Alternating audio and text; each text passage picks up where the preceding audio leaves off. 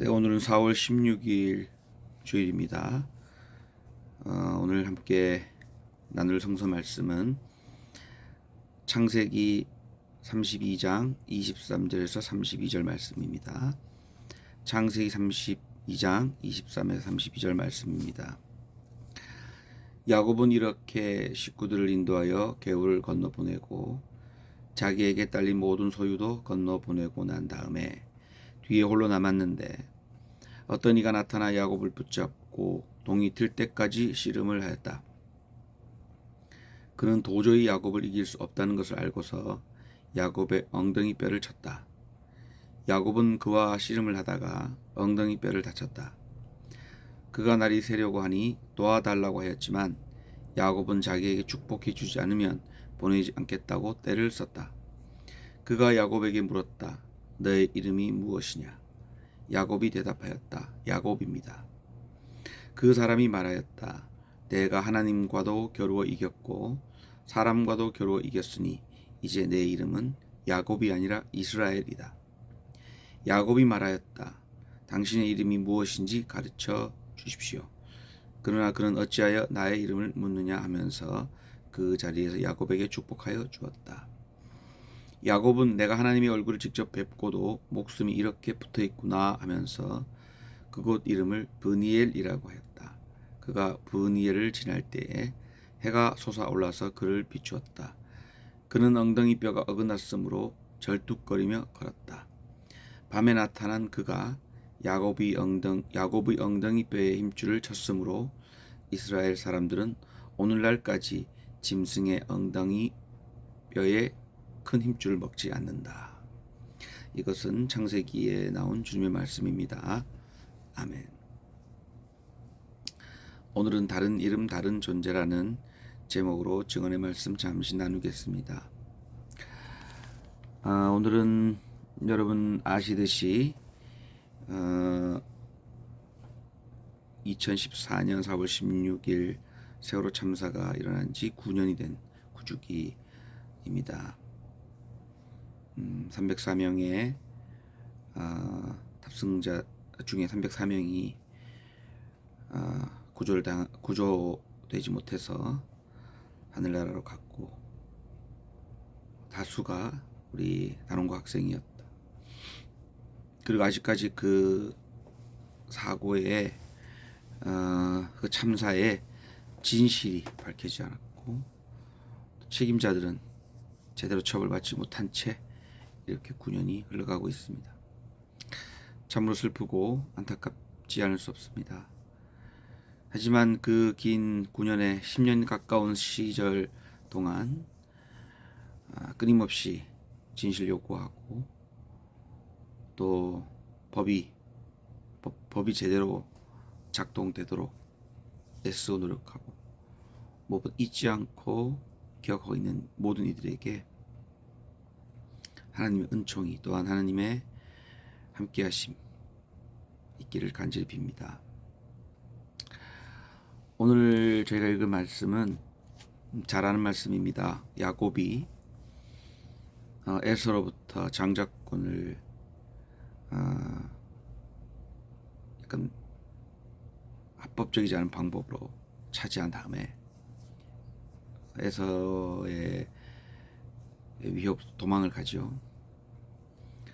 도망가서 큰 일족을 이뤄서 다시 돌아오는, 그러니까 형을 만나러 다시 이렇게 돌아오는 장면이 한 20년 걸린 것 같아요. 20년 이상 걸려서 돌아오는 장면입니다.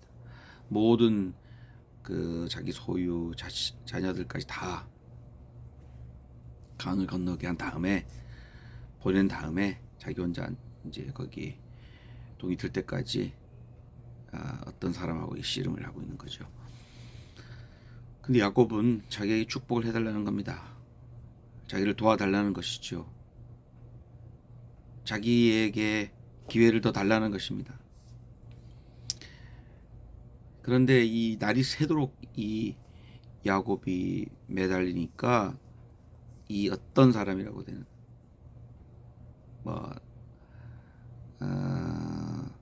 그 사람이 하나님과 겨뤘다고 말했으니까 자신이 하나님이거나 하나님 사자이거나 했겠고 야곱은 그 존재를 하나님이라고 여긴 것 같아요.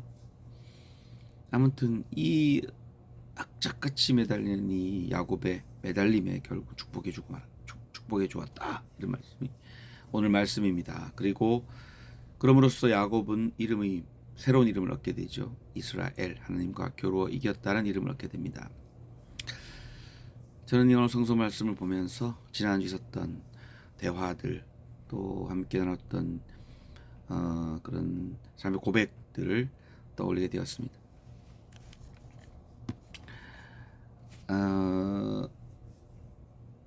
신학교에서 함께 공부했던 선배 중 한 명이 제외해서 라오스에 선교를 하고 있는데 이런 말씀을 합니다. 야, 한번 무릎 꿇으면 끝이야. 이런 말합니다. 이 말은 어디서 많이 들은 말이에요.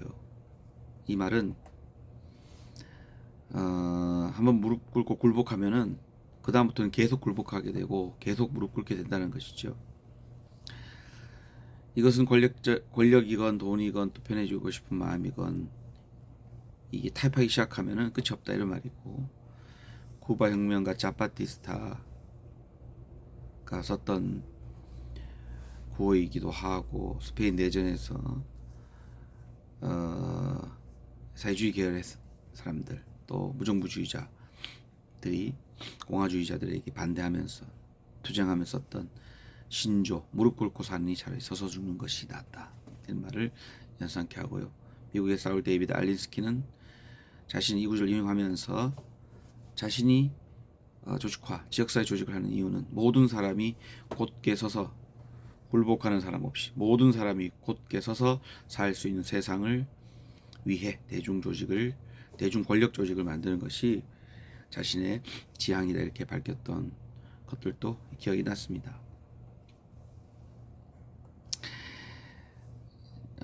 지난 차별 없는 서울 대행진, 서울 북부실천의 날이 4월 14일 날 있었는데, 그날 서울 강북구 도시관리공단 노동자들의 투쟁 지지하며 연대하는 결의대에 참여했습니다.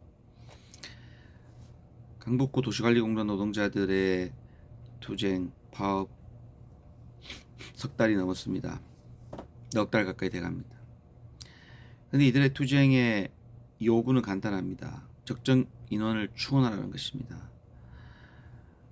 정년으로 그만두고 또 퇴직한 사람들 자리를 채워달라는 거죠. 상식적인 요구 아닙니까? 또한 추가 노동, 추가 근로가 생겼을 경우 그 추가 노동 근로수당 지급하라는 겁니다. 전에 제로화하기로 했다면 그럼 일을 시키지 말아야 지금 시켜놓으면은 달라는 거죠. 근데 이 상식적 요구를 들어주지 않는 이사장과 구청장, 대화하자. 이 요구가 그리 대단한 것도 아닙니다. 하지만 묵묵부답으로 대화하지 않겠다, 파업하는 기간 동안 있었던 일에 대해 사과해라, 이런 얘기들 하고 있다고 합니다. 참 지친 것 같고 많이 힘들어하기도 합니다. 그런데 한 노동자가 이렇게 말합니다. 우린 결코 지지 않습니다. 왜냐하면 우리는 이길 때까지 싸우기 때문입니다. 저는 이 구절이 오늘 성서 본문과 맞닿아 있다고 생각합니다. 이길 때까지 싸운다. 이길 때까지 싸운다라는 말, 저는 대단히 가슴 아프기도 하지만 가슴 떨리는 말이라고 생각합니다. 지금은 자본과 구청장, 이사장이 이긴 것 같고 권력을 잡고 있기 때문에, 그리고 투쟁하는 노동자가 지친 것, 투쟁하는 노동자가 힘들어하는 것 같지만 결국은 투쟁하는 노동자가 이긴다, 그 사실을 믿고 있는 것 같습니다. 이들이야말로 바로 무릎 꿇고 살기보다는 서서 죽기를 바라는 투쟁하는 노동자들입니다. 저는 이들의 투쟁 결의에 숙연해질 수밖에 없었습니다. 저는 세월호 구주기를 맞으면서 세월호 희생자들의 부모 또한 그렇다고 생각합니다. 국가가 죽소 은폐하려고 했고, 또 많은 사람들이 조롱하고 모욕했지만 거기 굴복하지 않고 포기하지 않고 당당하게 진실 규명을 요구해 무릎 꿇지 않고 서서 당당하게 요구해 왔기 때문에 지금 우리 여기까지 올 수 있었다, 그렇게 생각합니다. 앞으로도 진실 규명이 될 때까지, 이길 때까지 싸우듯 될 때까지 함께 투쟁해 나갈 수 있었으면 좋겠습니다. 함께 무릎 꿇지 않고 서서 당당하게 해나갈 수 있기를 간절히 바라고, 또 우리는 함께 지지하고 연대해 나갈 수 있게 되기를 간절히 빕니다. 오늘 성서 본문 말씀에 야곱은 이렇게 이길 때까지 싸움으로써 새로운 존재로 새로운 이름을 얻었다. 이스라엘이라는 이름을 얻었다. 이렇게 기록되어 있습니다.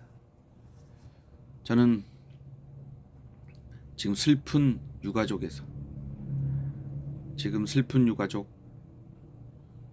정말 비참한 그런 상황에 있는 유가족에서 이 투쟁을 승리하고